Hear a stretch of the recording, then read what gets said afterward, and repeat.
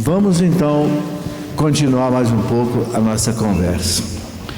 Bom, eu estava falando do aspecto da invencibilidade da igreja, né? E é importante a gente entender essa invencibilidade ao longo da história da igreja, né? Isso é algo que dá muita força para a gente também. Então, eu falava aqui, né, toda a luta da igreja diante do Império Romano. Mas aí o que aconteceu? O Império Romano desabou. A partir de mais ou menos os anos 200, 300, os bárbaros foram invadindo o Império Romano, né? Bom, por quê? Porque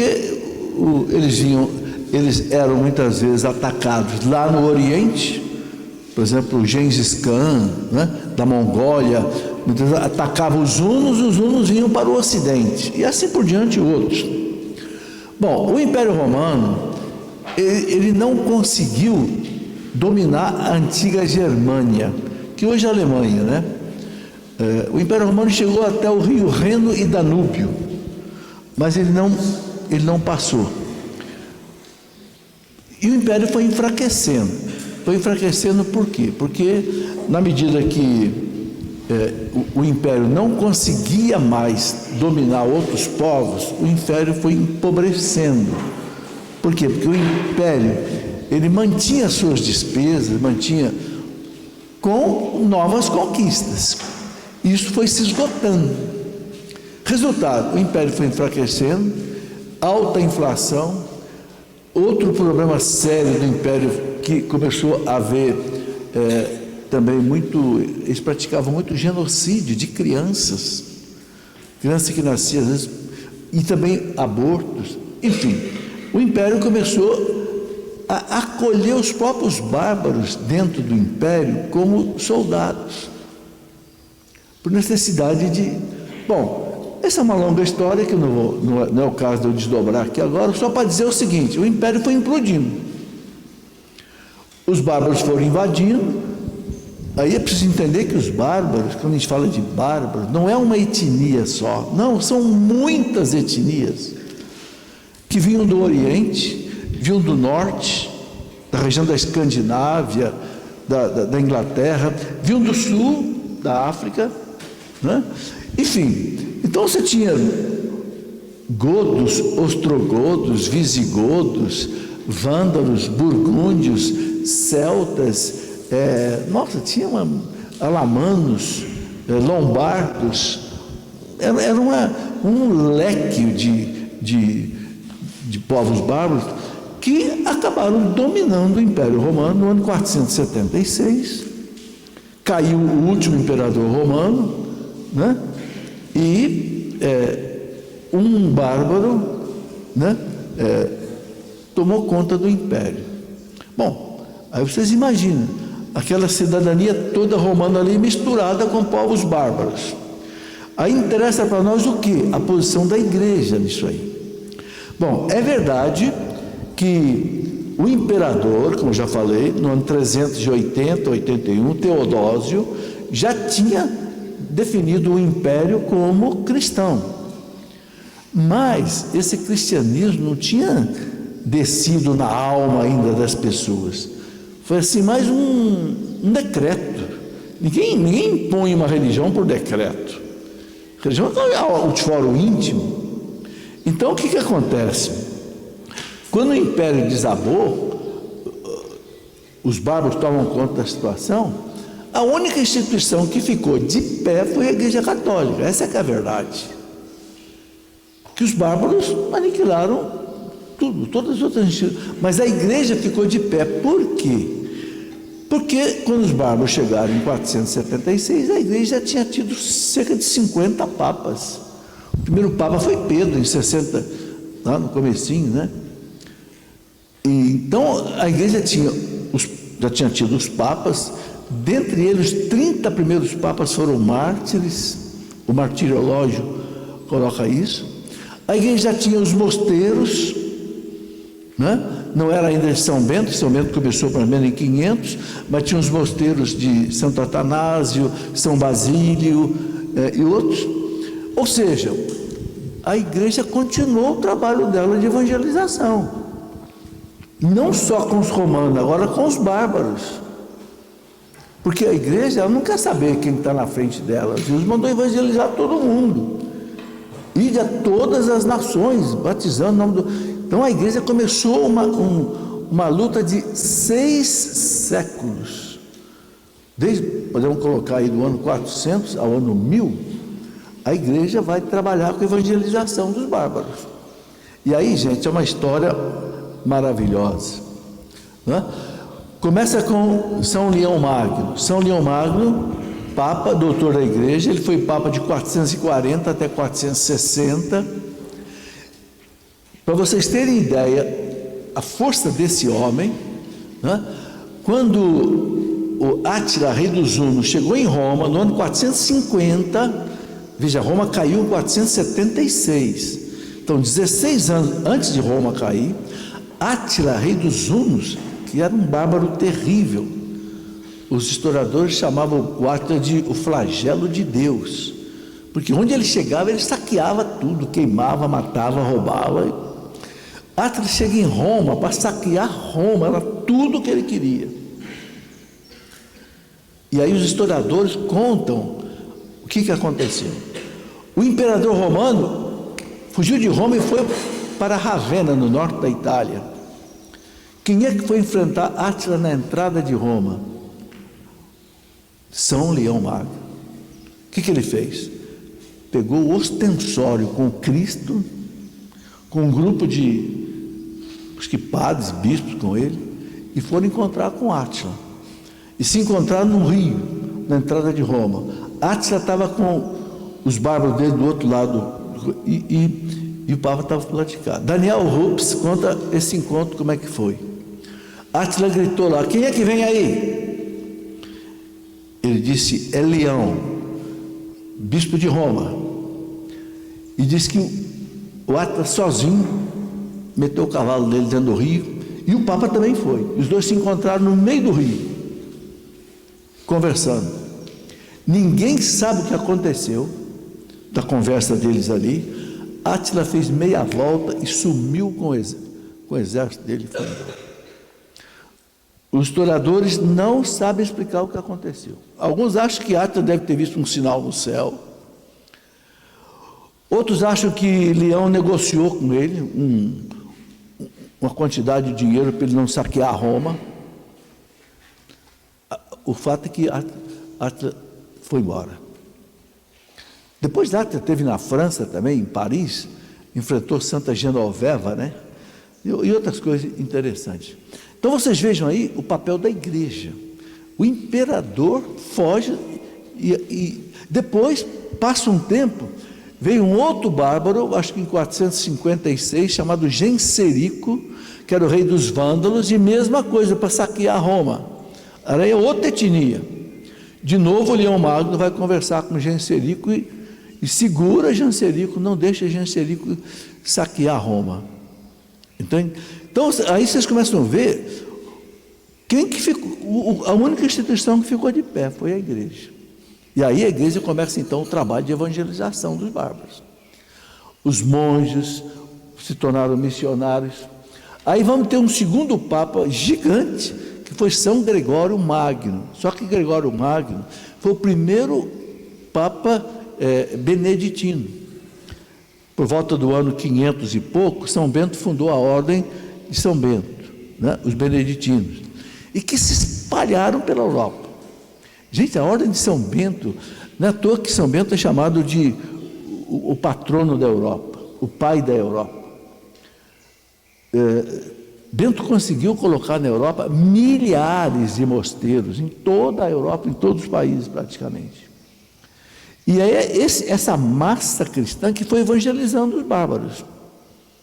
Porque os bárbaros não tinham cultura, eram nômades, eles não sabiam plantar, não sabiam administrar.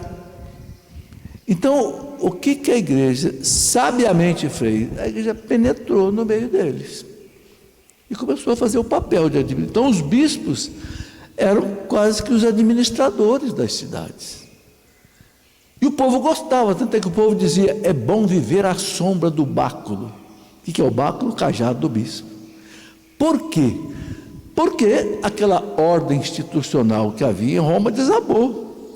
Então, do lado de cada catedral, você tinha um colégio, um sanatório, até tinha outras coisas. Então, os bárbaros começaram a viver assim. E a igreja foi meio que catequizando, evangelizando e educando os bárbaros. Então os monges ensinavam os bárbaros a plantar, ensinavam os bárbaros as coisas que eles não sabiam fazer, que a cultura romana já sabia. Isso, gente, foram 600 anos. Tá?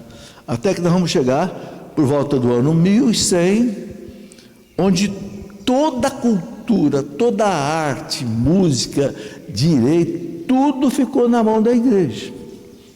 Por isso que o Thomas Woods, que eu citei a vocês, que escreveu aquele livro, uma história, que escreveu aquele livro, Como a Igreja Católica Construiu a Civilização Ocidental, essa civilização nossa. Né? Ele fala, tudo ficou na mão da igreja. Porque os bárbaros não sabiam nada. Os romanos foram dominados. A igreja pegou essa massa romana e essa massa bárbara e conseguiu unir isso, né? Pela fé e pela educação. E aí nós vamos chegar no ano 1000, mais ou menos, 1100, onde tudo era cristão. Então surgiu esse nome, a cristandade. Tudo na Europa era cristão. Como eu disse a vocês, lá no ano 500, a etnia mais forte bárbara que existia era a etnia dos francos. Contei a vocês, né, da conversão deles, do rei Clovis, através da esposa Santa Clotilde, influenciada pelo bispo São Remígio, né? Os francos venceram os alamanos, naquela batalha que eu já falei. Depois os francos foram vencendo outras etnias bárbaras. E o que acontecia? Cada etnia bárbara que era vencida se integrava à etnia vencedora e assumia a religião. E os francos eram cristãos, católicos. Então o que acontecendo? Os francos foram cristianizando a Europa, claro, com o trabalho da igreja em cima. Eu contei para vocês, por exemplo, o São Gregório de Tours, do ano 500, escreveu a história dos francos. São Remígio foi que conseguiu a conversão de Clotilde, depois de Clovis. Então, claro, os bispos, os monges trabalhando, transformando aquela massa. Nós chegamos no ano 1100, a cristandade. E aí o que vocês vão ver? As belíssimas catedrais surgindo. E ao lado de cada catedral, o que você vê? Uma torre imensa. O que é a torre imensa? O campanário. Campanário, para quê? Para colocar o sino lá em cima. Porque campana em latim é sino. Porque o sino era a internet de hoje. Então o sino tocava para acordar, o sino tocava para ir para o serviço, o sino tocava para voltar, o sino tocava para voltar do trabalho, o sino tocava para a missa, o sino tocava para tudo. Então vocês vão reparar, se vocês entrarem na internet, colocar aí catedrais da Idade Média, vocês vão ver torres de mais de 100 metros, sem ter cimento, sem ter ferro, sem ter guindaste, sem ter equipamento de corte elétrico. Aí vocês vão ver a que ponto a ciência foi desenvolvida pela igreja nesses 600 anos. Gente, é uma coisa impressionante. As belíssimas catedrais que surgiram, a Catedral de Notre-Dame de Paris, essa que queimou lá agora, que o governo francês restaurou. Por que o governo francês restaurou uma catedral que é do ano 1100, 1200? Porque é uma relíquia, é uma pérola.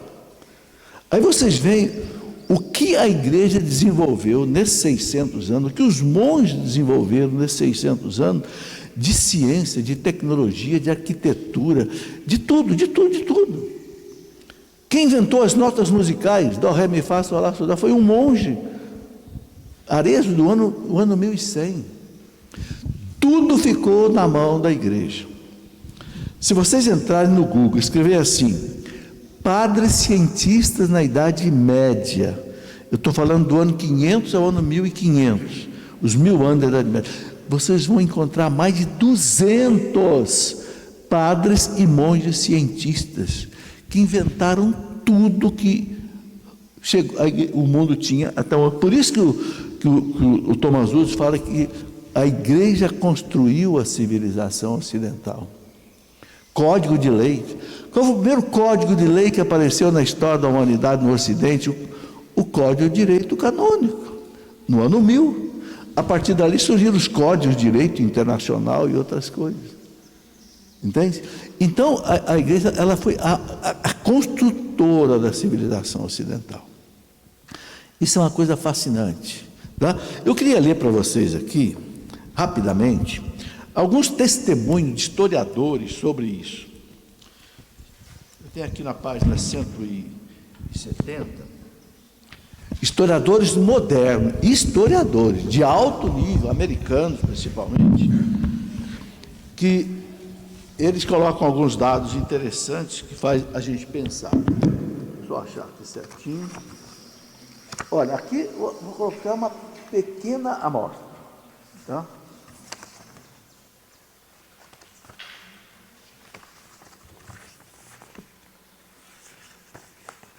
Bom, eu vou apenas citar alguns nomes, né? Por exemplo, olha aqui, o Dr. Thomas Woods mostra em seu livro, que eu já citei, que nos últimos 15 anos, os historiadores da ciência, Crombie, David Lindenberg, Edward Grant, Stanley Jack, Thomas Goldstein, Heimbrod e outros concluíram que, escuta só, a revolução científica tem um grande débito com a Igreja Católica. Que revolução científica é essa? Aquela que aconteceu desde a Revolução Industrial na Inglaterra, a partir dos anos praticamente 1900. Deve à Igreja, porque a Igreja ela preparou essa Revolução Industrial com toda a pesquisa básica de tecnologia que foi feita nesses 600 anos, ou até ano 1600. Aqui eu queria citar alguns desses homens. Por exemplo, para citar alguns exemplos da participação fundamental da Igreja Católica no desenvolvimento do mundo ocidental da Idade Média, antes de 1500. O padre Nicolas Steno, sempre identificado como o pai da geologia. Isso na Idade Média, por volta do ano 1200, 1300. O pai da egiptologia foi o padre Athanasius Kircher. A primeira pessoa a medir a taxa de aceleração de um corpo em queda livre foi o padre Giambattista Riccioli. Todos na Idade Média. O padre Robert Boscovich é considerado o pai da moderna teoria atômica. Os jesuítas se dedicavam ao estudo dos terremotos, tal que a sismologia veio a ser conhecida como a ciência jesuítica. 35 crateras da Lua têm nome de cientistas e matemáticos jesuítas. É verdade que os jesuítas são depois de 1500, mas logo depois de 1500, mais de 30 crateras da Lua têm nome de astrônomos jesuítas. Isso para mostrar a vocês o trabalho que a igreja sempre fez no campo da ciência. Eu acho que vocês sabem, né, que quem descobriu o Big Bang foi um padre da igreja, um padre jesuíta astrofísico, Georges Lemaitre, que foi colega de Einstein. Isso é uma coisa interessantíssima que pouca gente sabe. O padre jesuíta Lemaitre, ele conheceu um estudo que foi feito por um astrônomo americano chamado Hubble. Dr. Hubble, ele descobriu que o universo está em expansão. E descobriu uma coisa fantástica, que a velocidade de fuga aumenta com a distância. Ou seja, é o contrário de uma explosão. Quando você tem uma explosão, a velocidade é muito grande logo na explosão. Depois vai diminuindo, os pedaços caem no chão, velocidade zero.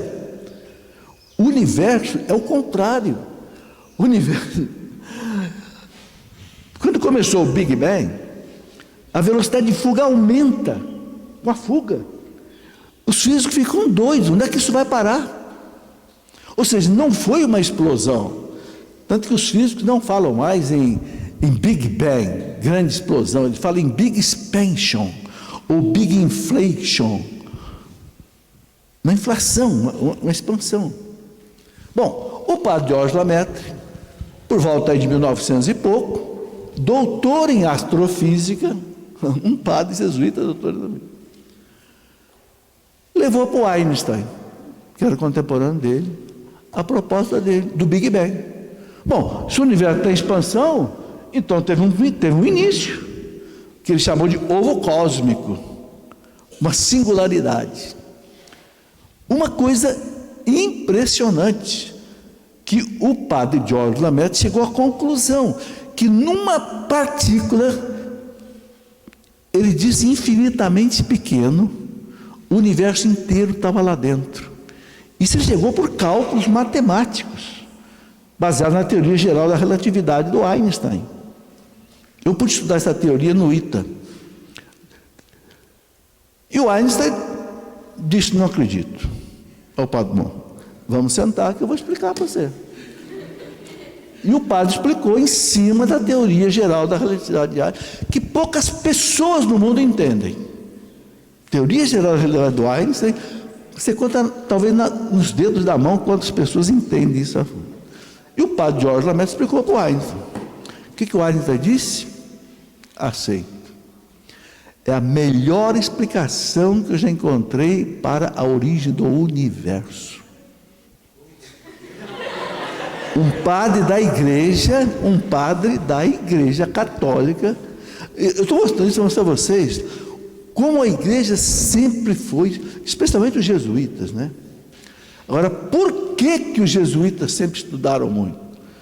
E desde lá da queda do Império Romano até 1200, a igreja foi a mentora de toda a cultura. Por quê? Porque a igreja sabe que pela cultura se leva as pessoas a Deus. Por que a igreja teve centenas de padres astrônomos? Porque a astronomia fala de Deus, o universo fala de Deus, o cosmos fala de Deus. Está lá o Salmo 18, o céu e a terra proclamam a vossa glória. O céu e a terra proclamam a vossa glória. Por que o primeiro observatório astronômico do mundo foi criado por quem? Pela Igreja Católica, por volta de 1500, lá em Specola, que está lá em Roma, e que é atualíssimo, continua fazendo pesquisas gigantescas. Vocês sabem que quando fizeram a máquina mais importante do mundo, mais cara do mundo, o LHC, porque o que aconteceu? Aí, desculpa, eu vou entrar um pouquinho na astrofísica, mas é rápido. Quando o padre George Lemaitre colocou a questão do Big Bang, como é que o mundo começou nesse ovo cósmico, começou a surgir muita dúvida. E aí um físico inglês chamado Dr. Higgs, disse: tem que encontrar no universo um bóson que faz... Bóson na física é uma partícula tão pequena que ela é invisível, você só detecta com um aparelho. É uma partícula que ela transforma energia pura, como se fosse a energia da lâmpada, assim, em matéria. Quando começou essa discussão, uns 10 anos atrás, a ciência chamou de a partícula de Deus. Não sei se vocês lembram disso. Partícula de Deus, porque é uma partícula milagrosa, ela transforma energia em massa. Só que o Einstein já tinha provado isso, aquela equação E igual a mc ao quadrado, a energia transforma em massa, massa em energia, de acordo. O Einstein tinha provado isso. Mas a questão é encontrar esse bóson. Se não encontrar esse bóson, o Dr. Higgs dizia, se não encontrar esse bóson, aí o que o mundo fez, gente? Construiu a maior máquina humana até hoje, o tal LHC, Large Hadron Collider, é um colidor de partículas, de prótons, quase que na velocidade da luz. É uma máquina que tem 20 quilômetros de comprimento, é um anel colocado a 100 metros abaixo do solo, porque faz experiências nucleares. Custou 10 a 12 bilhões de euros pelo Centro Nuclear Europeu, o CERN, e botaram em funcionamento. Quando botaram em funcionamento, deu problema. Claro, dá muito problema quando você começa. Quem é que ajudou a resolver o problema do CERN? Foi o Specola, o Centro Astronômico do Vaticano. Hoje, nos nossos tempos, os físicos do CERN foram lá para esse anel. Ele pega um pedaço da Suíça e um pedaço da França, tão grande que ele é, e ajudaram a resolver o problema. E encontraram o bóson de Higgs.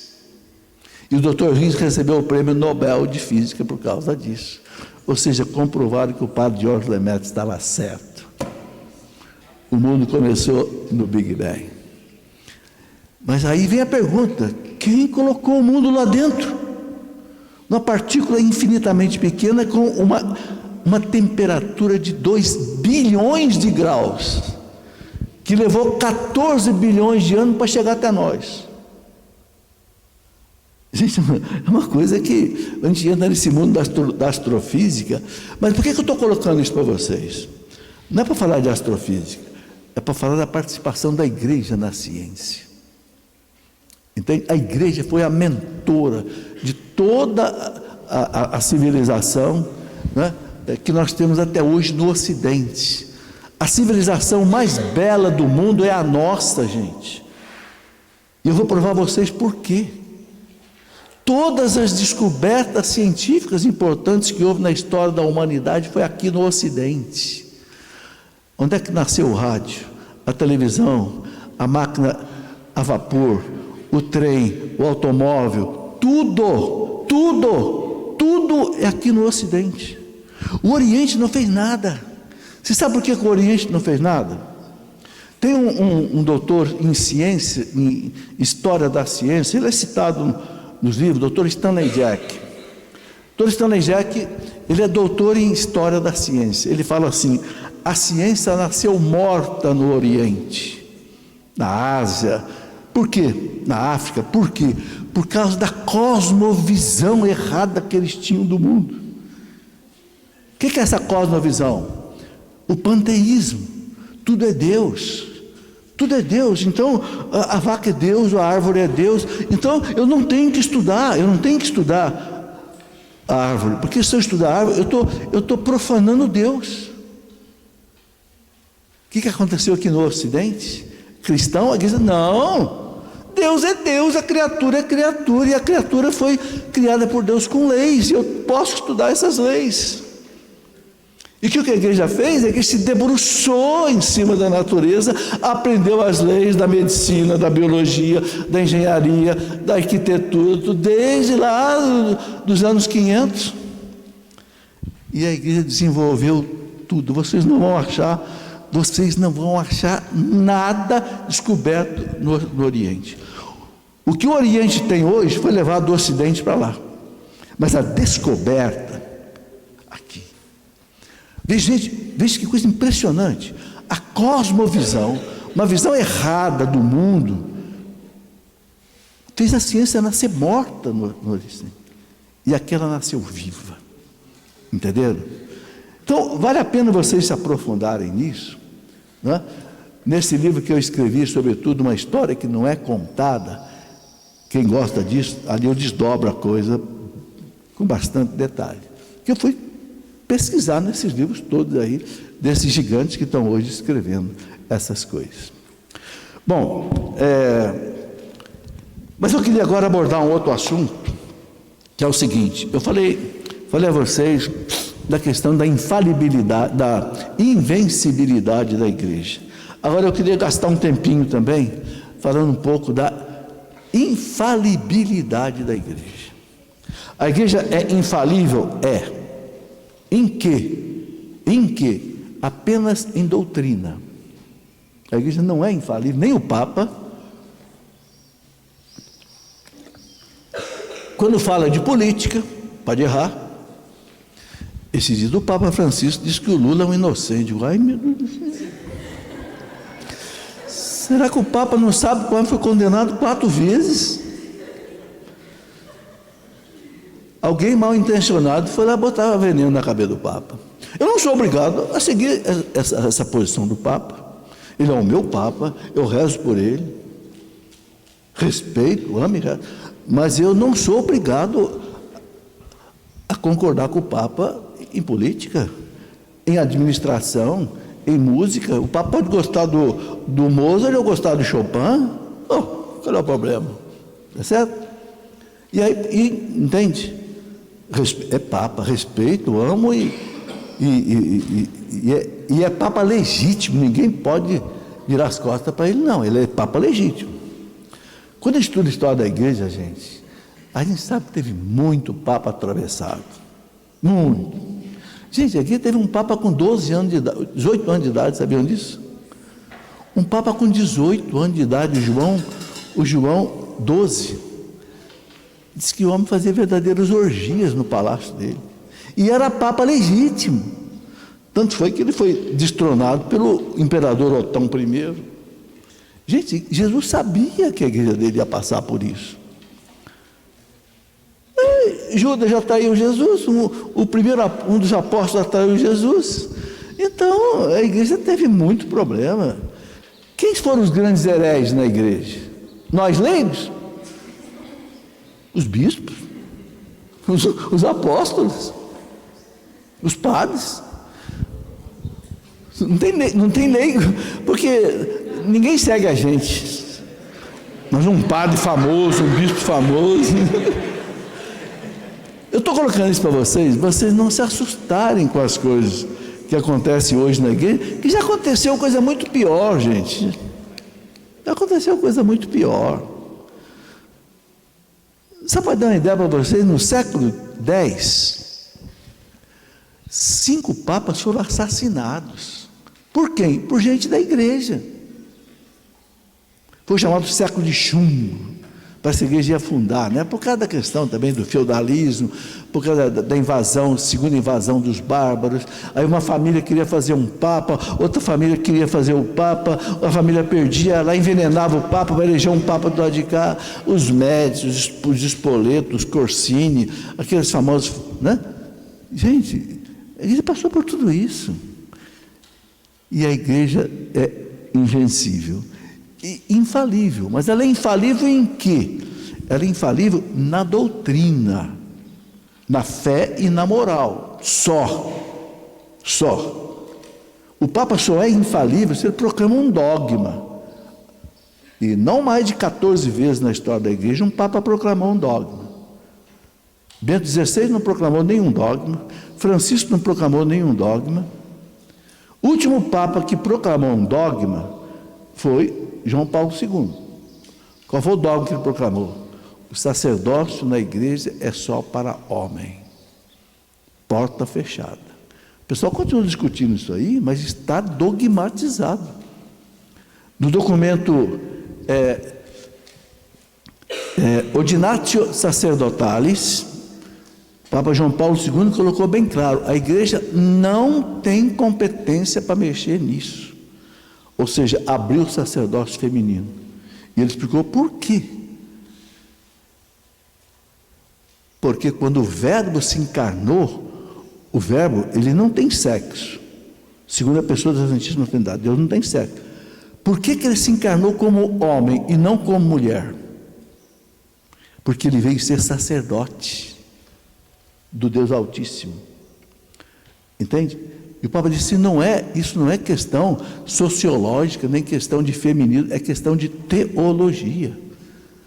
Todos os sacerdotes do Antigo Testamento eram homens. Cristo, ele é o único sacerdote, os outros são seus ministros. Então o Papa colocou na Ordinatio e também na encíclica Mulieris Dignitatem, a dignidade da mulher, o Papa coloca essa questão também. E ele colocou assunto encerrado, a igreja não pode mexer nisso. Aí perguntaram para a congregação da fé se o Papa estava falando de maneira definitiva, ou seja, dogmática. A resposta foi sim. Por isso que o Papa Francisco falou, tocaram o assunto sacerdote, o Papa Francisco falou, João Paulo II já fechou essa porta. Francisco falou. Então, foi o último Papa que fez uma definição assim, de caráter definitivo, dogmático, né? Então, eu tenho que seguir a igreja nesse aspecto. Agora, eu queria colocar o seguinte. Queria que vocês pegassem comigo o Evangelho de São João, capítulo 14 de São João, lembrando que do capítulo 13 de São João até o capítulo 17, São João narra o que aconteceu na Santa Ceia. São João narra 5 capítulos, de João 13 até 17. Vejam, é muito importante vocês entenderem isso. O que Jesus falou, o que eu vou usar aqui, ele falou na Santa Ceia, ou seja, na despedida que ele estava fazendo dos apóstolos, porque em seguida ele vai para o Horto das Oliveiras e vai ser preso e vai ser morto na sexta-feira. Então, o que eu vou pegar aqui, capítulo 14 e capítulo 16, citações, é na Santa Ceia, naquela última conversa de Jesus com os apóstolos. E aí ele fez muitas promessas que a gente precisa ler com muita atenção. Bom, eu quero começar com capítulo 14, versículo 16. Jesus falando para os apóstolos, né? Vamos começar no versículo 15, 14, 15. Se me amais, guardareis os meus mandamentos, e eu rogarei ao Pai, e Ele vos dará outro Paráclito, para que fique eternamente convosco. Presta atenção no que Jesus está dizendo. Eu vou rogar ao Pai. Para quê? Para que vocês, né? E Ele vos dará outro Paráclito. Esse outro Paráclito é o Espírito Santo. Paráclito vem da palavra grega paraclese, que quer dizer consolador, advogado, defensor. Então Jesus está dizendo aos apóstolos, fiquem tranquilos.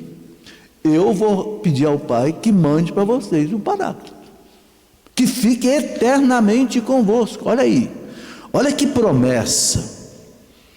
Que fique, não vai ficar um dia sim, um dia não, tirar feriado, não, vai ficar com a igreja eternamente. Olha que garantia para a igreja, gente. E continua. É o Espírito da verdade. Olha como é que Jesus chama o Espírito Santo. Existe o espírito da mentira, que é o demônio. Jesus fala, ele é o pai da mentira. Existe o Espírito da verdade, que é o Espírito Santo. O mundo está dividido em duas partes. Os que seguem o Espírito da mentira e os que seguem o Espírito da verdade. É o Espírito da verdade que o mundo não pode receber, claro. Por quê? Porque o mundo vive no pecado, né? Porque não vê, não conhece, mas vós conhecereis, porque permanecerá convosco e estará em vós. Olha que coisa fantástica. O Espírito Santo vai estar entre vós e estará em vós. Que promessa, gente. Não é que eu quero chegar na infalibilidade. Será que a igreja pode errar? Se o Paráclito vai estar com ela eternamente, entre nós e em nós? Vamos continuar. 25. Versículo 25.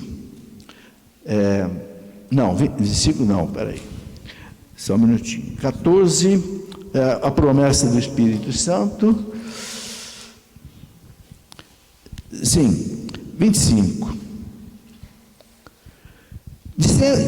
Dissemos essas coisas enquanto estou convosco, mas o Paráclito, o Espírito Santo que o Pai enviará em meu nome, irá ensinar-vos todas as coisas e vos recordará tudo o que vos tenho dito. Olha que promessa, gente. O Espírito Santo ensinará a vocês todas as coisas.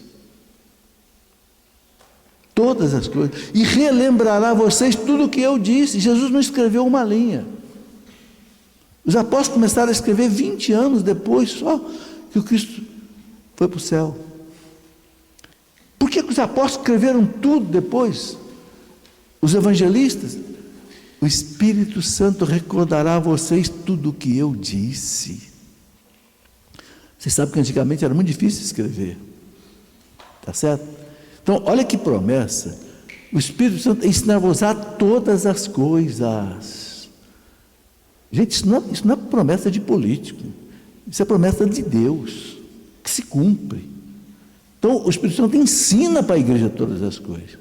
É a tradição da igreja, que vem dos papas, dos santos, dos doutores, E aí, vamos agora para o capítulo 16, ainda na Santa Ceia, versículo 12 e 13.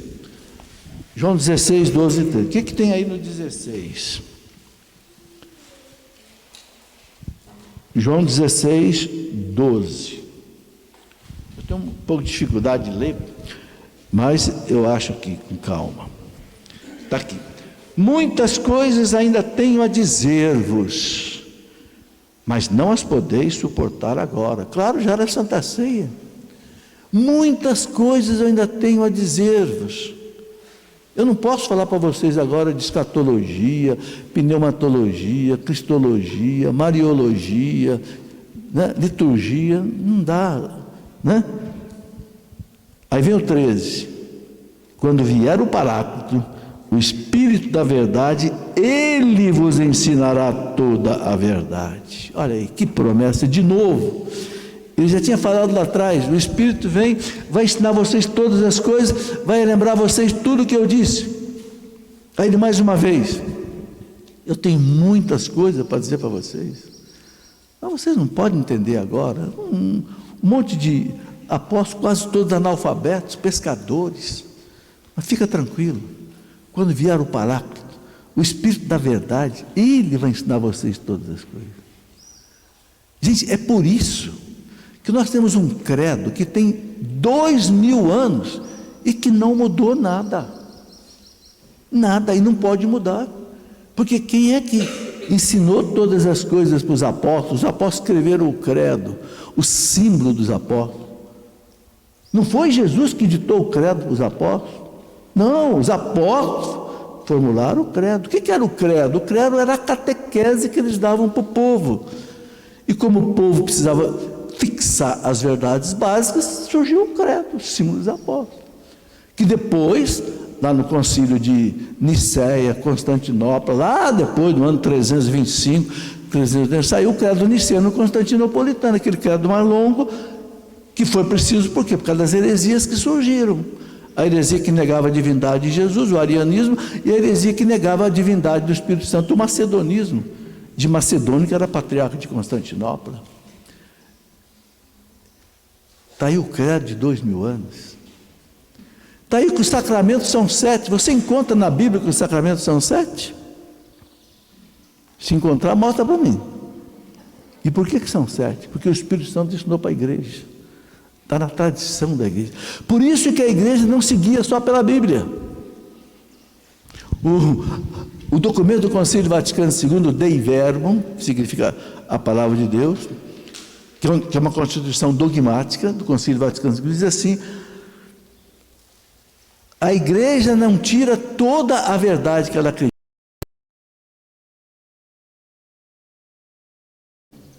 O que é a tradição? É tudo que o Espírito Santo ensinou para a igreja, até hoje.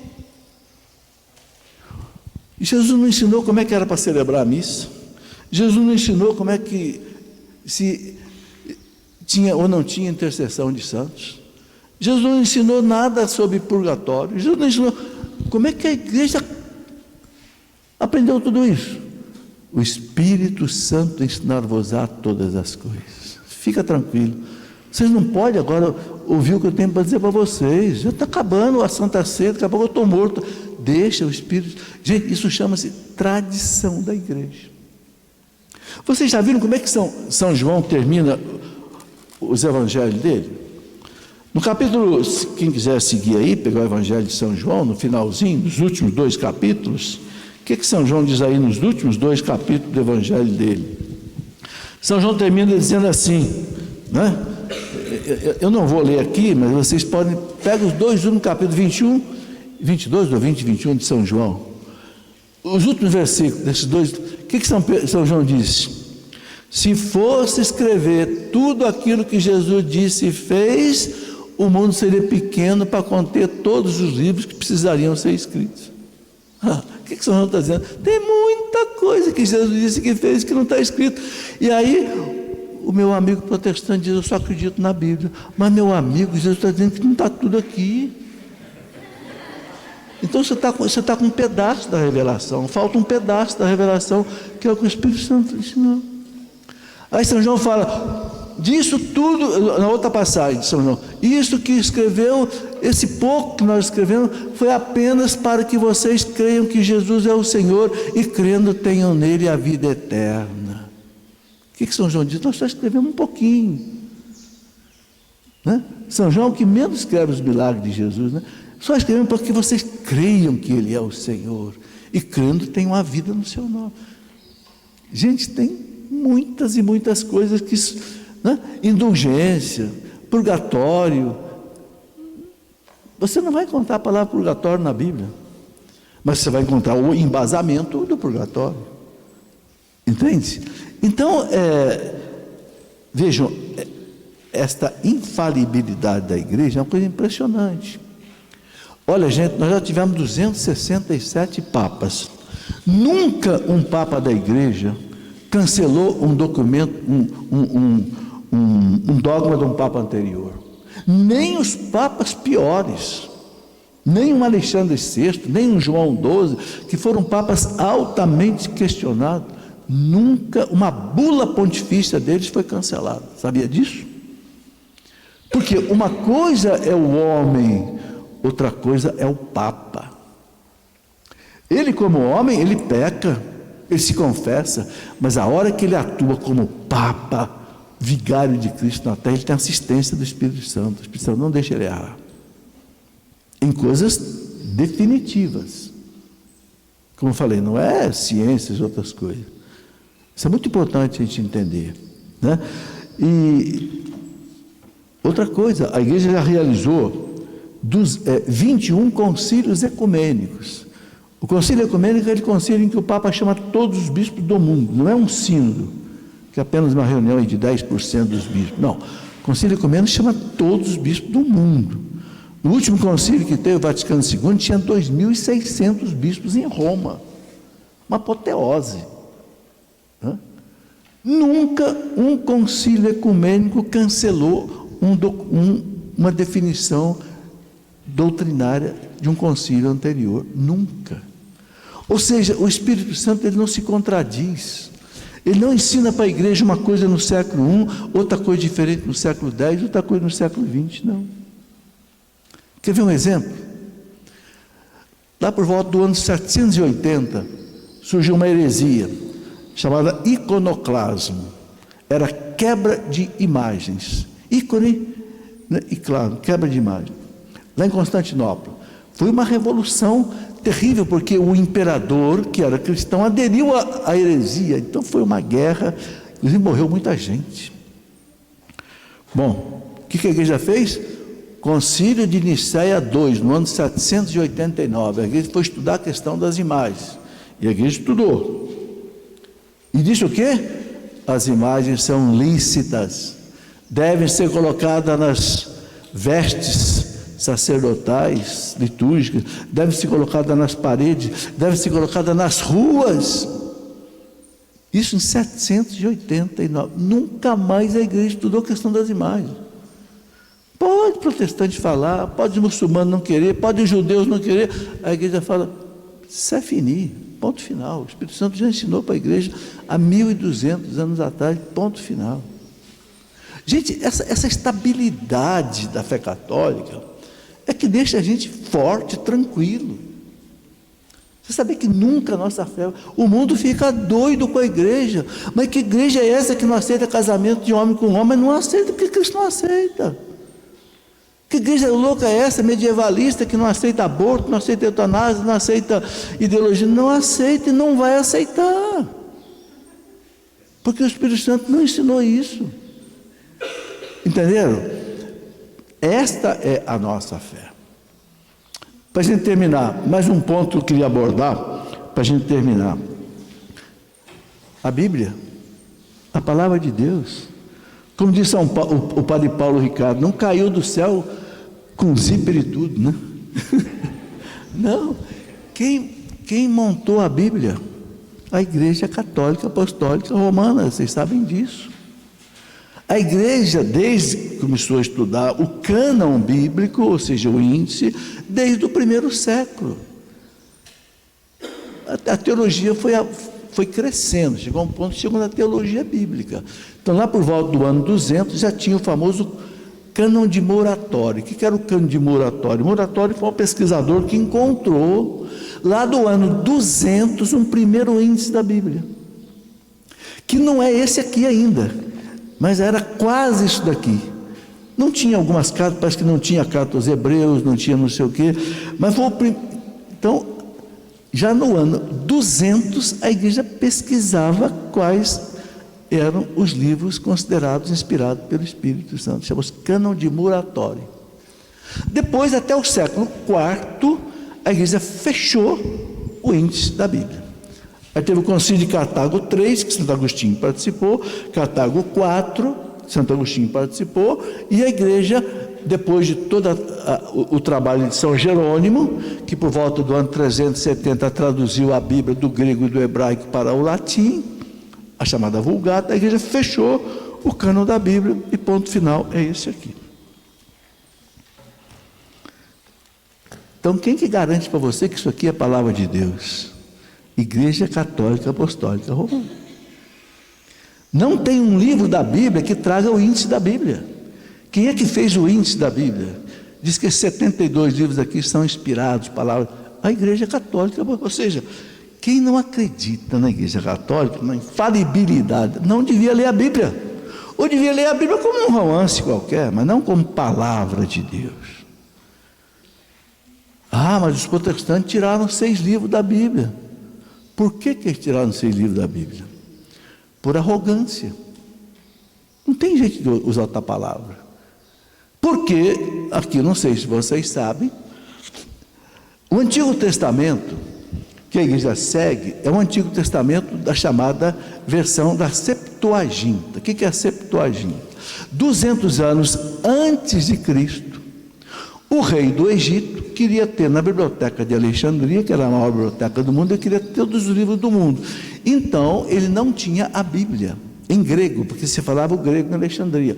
Então, o rei do Egito trouxe 70 rabinos judeus da Palestina para o Egito, que ali é vizinho, né? Para traduzir a Bíblia do hebraico para o grego. E traduziram 70 sábados e ficou sendo chamado de Septuaginta, de 70. É o Antigo Testamento que a igreja segue. Bom, só que aconteceu o seguinte: 100 anos depois de Cristo, ou seja, 300 anos depois da Septuaginta, os rabinos judeus fizeram um sínodo na Palestina, ali hoje não fica Tel Aviv, mais ou menos, para colocar para eles quais eram os livros que eles iam aceitar no Antigo Testamento. E fixaram 4 critérios, nacionalistas, não eram critérios teológicos. Você sabe que o judeu é extremamente nacionalista, né? Primeiro critério que eles fixaram: a Bíblia tem que ser escrita em hebraico. O livro que não é escrito em hebraico, tira da Bíblia. Aí tiraram alguns já, porque o livro foi escrito em grego. Né? Eclesiástico e o livro de, por exemplo, de Ezequiel foi escrito no exílio da Babilônia. Então, alguns livros eles tiraram. Segundo, o livro tinha que ser escrito na Palestina.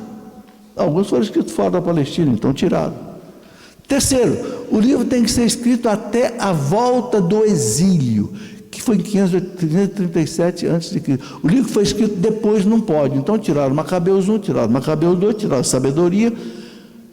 Por quê? O livro foi escrito depois de 537 a.C. E quarto, o livro tinha que estar de acordo com a Torá. A Torá, os 5 primeiros livros da Bíblia. Ou seja, os rabinos fixaram critérios nacionalistas. E meu amigo Lutero resolveu o quê? Ao invés de seguir a Septuaginta, que ele falou, vou seguir a Bíblia dos rabinos. Bonito, né?